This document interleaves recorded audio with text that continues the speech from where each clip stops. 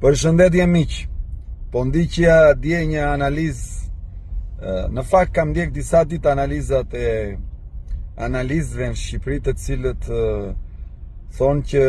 populli është i ndarë mes pronarit X apo pronarit Y, dhe ju qytetarët u trajtojnë si statistik, u trajtojnë si thasme çimento të magazina e partisë X apo e partisë Y, që edhe pse keni kaq kohë pa ujë,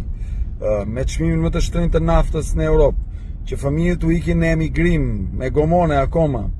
që shkonin në spitale nuk ka ilaçe, që pensionet janë më të ulta në Europë, që në këtë vend jeta vlen sa një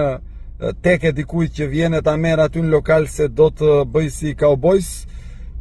këta prap ju trajtojnë si statistik. Unë do ju lutesha, do ju kërkoja me prulje që t'u tregoni në këto zgjedhje që nuk jeni statistik dhe nuk jeni thasme çimento.